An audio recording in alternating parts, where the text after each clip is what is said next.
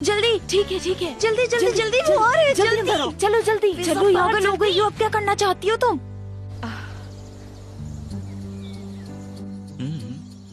फिजा, तुम हमेशा बच्चों वाले प्लान्स मुझ पर ही आजमाया करो। वो जब अंदर आने पे हमें देखेंगे ना तो तुम देखना डर जाएंगे।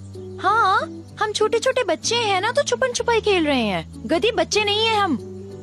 मेरे पास एक आइडिया है, छुप जाते हैं। फिजा, इतने छोटे से रूम में कहाँ छुपेंगे हम?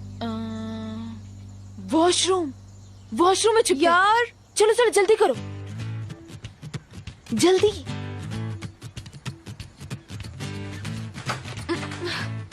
कम ऑन डार्लिंग, अंदर आ जाओ ना प्लीज। फिजा, उफ, वो लोग तो वाकई अंदर आ गया। अब हमें देख लिया तो क्या होगा फिजा? अच्छा चुप हो जाओ प्लीज यार, चुप हो जाओ तुम। कसम से हम बहुत ही जलील होने वाले हैं आज।